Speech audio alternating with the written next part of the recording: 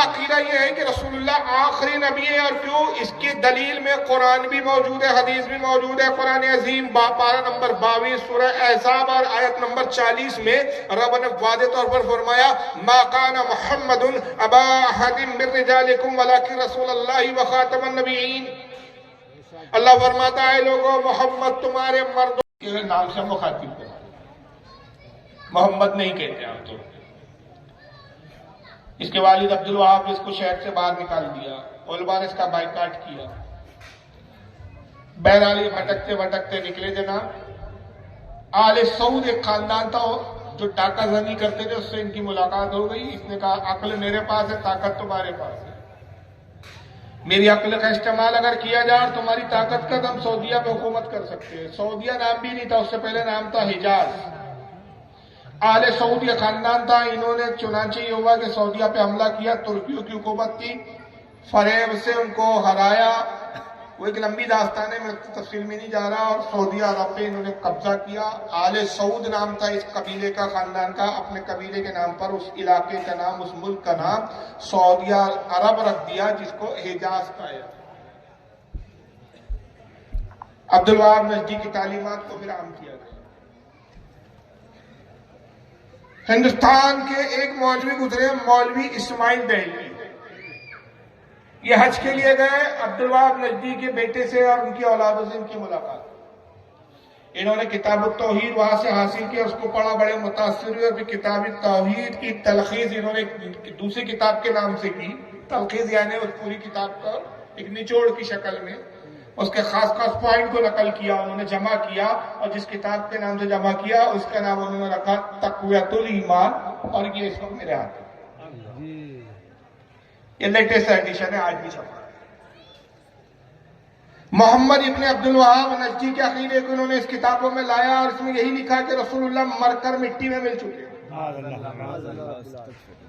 اس کتاب میں انہوں نے کہا کہ محمد صلی اللہ علیہ وسلم کی تعظیم انسان کی طرح کرو، بلکہ اس میں بھی کمی کرو۔ اس کتاب میں وہ لکھتے ہیں کہ اللہ کی شان بہت بڑی ہے، اور اللہ کی شان کے آگے بڑی سے بڑی مخلوق، چاہے پیغمبر ہو، چاہے فرشتے ہو، چاہے مقرب ترین فرشتے ہو، کوئی بھی ہو، اللہ کی شان کے آگے سب کے سب چمار سے زیادہ ذلیل ہے۔ انہوں نے شفاعت کا انکار کیا ہوتا، بہت ساری اس پہ ایسی ایسی بکواسات لکھی انہوں نے۔ اس بنیاد پر اس زمانے کے علماء نے ان پہ کفر کے فتوے لگائے۔ ان کے ماننے والے دو گروہ میں بٹے، مولوی اسماعیل دہلوی۔ ایک فرقہ کہلایا اہل حدیث، اور دوسرا فرقہ اہل حدیث جو پہلا فرقہ بنا، انہوں نے کہا کہ تعلیمات تو ہم محمد ابن مولوی اسماعیل دہلوی اور عبدالوہاب نجدی کی رکھیں گے، عقیدہ ہمارا وہی محمد بن عبدالوہاب نجدی اور ابن تیمیہ والا ہوگا، لیکن ہم کسی امام کی تقلید نہیں کریں گے۔ تقلید کا انکار کیا انہوں نے، نہ ہم امام اعظم ابو حنیفہ کی تقلید کریں گے، نہ ہم امام شافعی کی، نہ امام مالک کی، نہ امام احمد ابن حنبل کی، ہم ڈائریکٹ قرآن و حدیث سے لیں گے۔ اس بنیاد پر انہوں نے اپنا نام رکھا اہل حدیث، لیکن عقیدہ ان کا وہی ہے جو محمد ابن عبدالوہاب نجدی کا ہے، جو ابن تیمیہ کا ہے، اور جو اسماعیل دہلوی کا۔ دوسرا ان کے ماننے والوں کا ایک گروہ ہوا جنہوں نے کہا کہ نہیں، ہم تقلید تو کریں گے، عقیدہ ان کا رہے گا، لیکن ہم امام کی تقلید بھی کریں گے۔ فروعی مسائل میں، نماز وغیرہ کے معاملات میں ہم امام اعظم ابو حنیفہ کی تقلید کریں گے، ہم حنفی کہلائیں گے، مگر عقیدہ یہی والا رکھیں گے کہ فرقہ کہلایا دیوبندی۔ اب ان کو دیوبندی کیوں کہا گیا اس فرقے کو؟ کہ انہوں نے ایک بہت بڑا ادارہ قائم کیا یوپی کے علاقے میں، سہارنپور میں ایک علاقہ یوپی کا سہارنپور، وہاں پہ انہوں نے دارالعلوم دیوبند کے نام سے ایک ادارہ قائم کیا، اور وہیں سے فارغ ہو کر ان کے پھر مولوی نکلے۔ اس مدرسے کے جو بانی بتائے جاتے ہیں بقول ان کے، وہ تھے مولوی قاسم نانوی۔ اب یہاں سے شیعہ تو ایک الگ ہو گئے تھے، 1400 سال پرانا فرقہ تھا۔ 14 سال میں ہمارے ائمہ نے، علماء نے اتنی محنتیں کی کہ اس فرقے کو مسلمانوں نے اچھی طرح سے پہچان لیا، جان لیا کہ بھائی اس فرقے کا اسلام سے کوئی تعلق نہیں ہے۔ ان کی مسجدیں الگ ہو گئی، ان کی عبادات الگ ہے، ان کے معاملات الگ ہیں، ان کی کتابیں تک الگ ہیں۔ ان سے ہمارا کوئی واسطہ لینا دینا ہی نہیں رہا، نہ ہم ان کی مسجدوں میں جاتے، نہ وہ ہماری مسجدوں میں آتے، نہ وہ ہمارے یہاں کی حدیث کی کتابیں مانتے، نہ ہم ان کی کتابوں کو مانتے۔ ان کے کچھ عقیدے آپ سن چکے، وہ اپنے عقیدے میں خوش ہیں، ہم اپنے عقیدے میں خوش ہیں۔ لیکن یہ جو دیوبندی اور اہل حدیث بنے، یہ کتابیں وہی مانتے جو آپ اور ہم مانتے، بخاری یہ بھی مانتے، مسلم یہ بھی مانتے، ترمذی یہ بھی مانتے، حدیث کی کتابیں ان کی ہماری ایک ہی ہے۔ فرق یہ ہے کہ اہل حدیث امام کی تقلید کا انکار کرتے ہیں، دیوبندی امام کی تقلید کا اقرار کرتے ہیں۔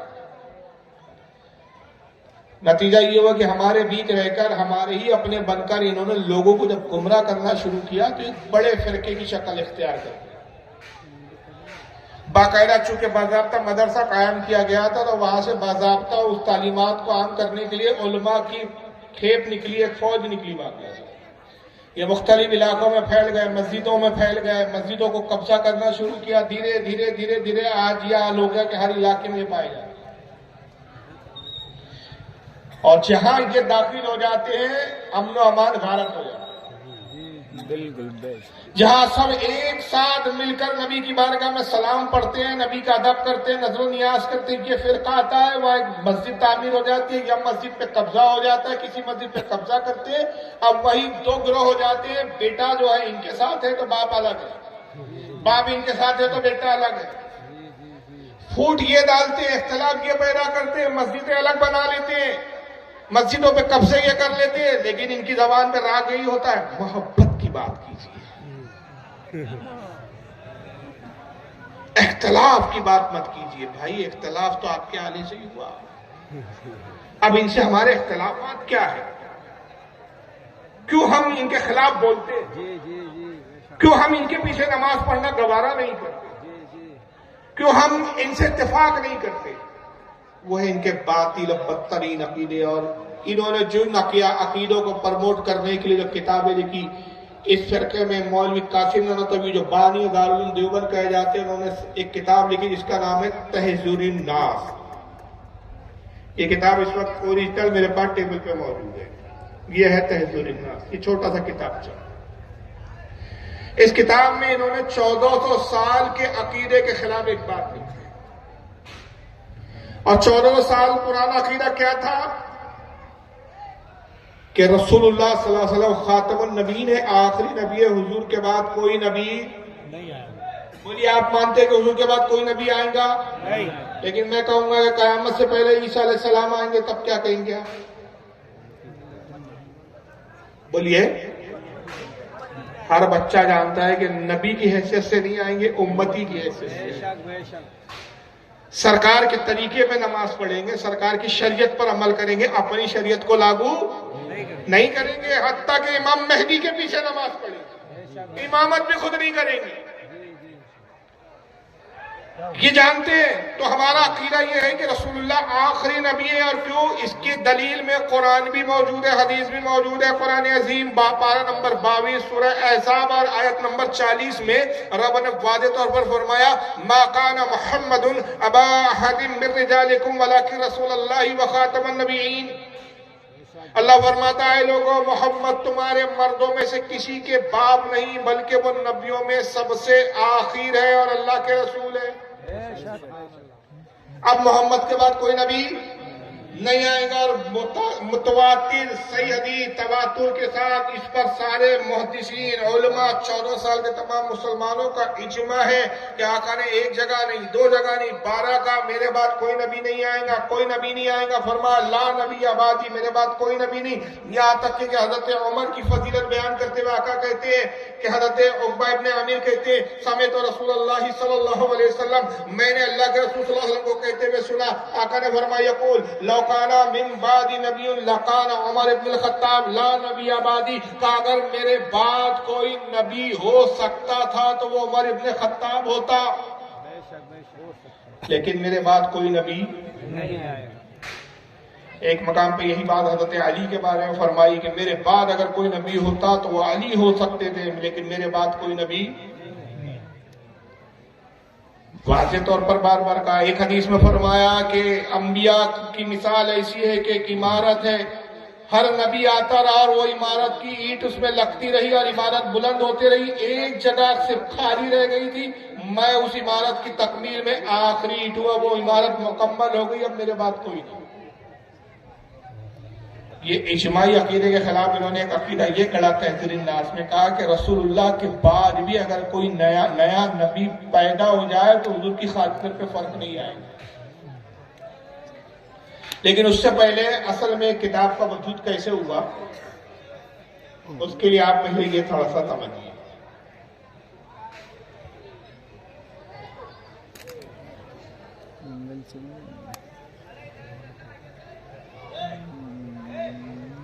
یہ کتاب ہے ان کے حالات پر لکھی ہے مولانا قاسم نانوتوی۔